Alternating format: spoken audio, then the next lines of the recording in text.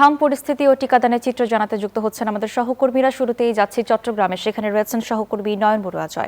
জয়, বন্দরনগরীতে হামের প্রাদুর্ভাব কেমন দেখতে পাচ্ছেন এবং হাসপাতালগুলোর পরিস্থিতি কি, বিস্তারিত জানান। ধন্যবাদ মেঘটা আপনাকে। আমি চট্টগ্রাম মেডিকেলের যে নতুন করে ওয়ার্ড ঘোষণা করেছে সেই ওয়ার্ডে আমি আছি, যেহেতু হামের প্রকোপ বেড়েছে, একই সাথে নিউমোনিয়া আক্রান্ত রোগীর সংখ্যা বাড়ছে, তার কারণে আলাদা আলাদা ওয়ার্ড ঘোষণা করেছে চট্টগ্রাম মেডিকেল।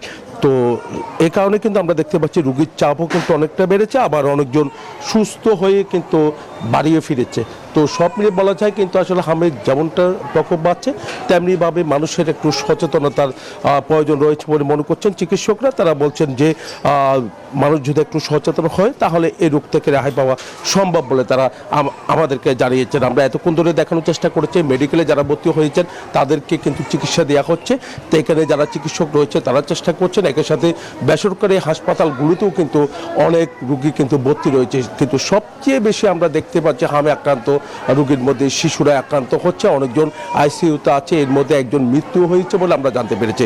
এই ছিল আমার এখানকার সর্বশেষ। আমরা ফিরে যাব, আমার সহকর্মী অপেক্ষা করছেন সেখানে।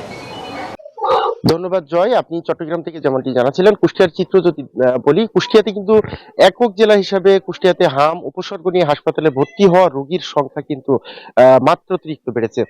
এখন পর্যন্ত জেলাতে প্রায় 1100 জনের উপরে হামের উপসর্গ নিয়ে হাসপাতালে ভর্তির তথ্য জানিয়েছে জেলা সিভিল সার্জন অফিস। ইতিমধ্যেই কিন্তু হামের উপসর্গ থাকা 11 শিশুর মৃত্যু হয়েছে এবং 11 শিশুর বয়সী কিন্তু 6 মাস থেকে 7 বছরের মধ্যে বলে সিভিল সার্জন অফিস নিশ্চিত করেছে।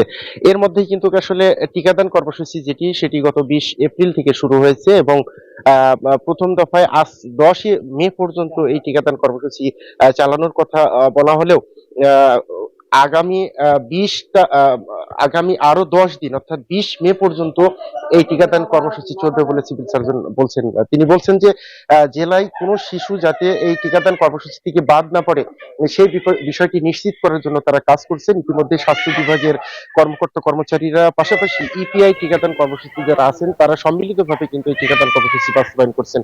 তো এই ছিল কুষ্টিয়া থেকে। ফিরে যাচ্ছি স্টুডিওতে মেঘলার কাছে। লালন, আপনাকে ধন্যবাদ।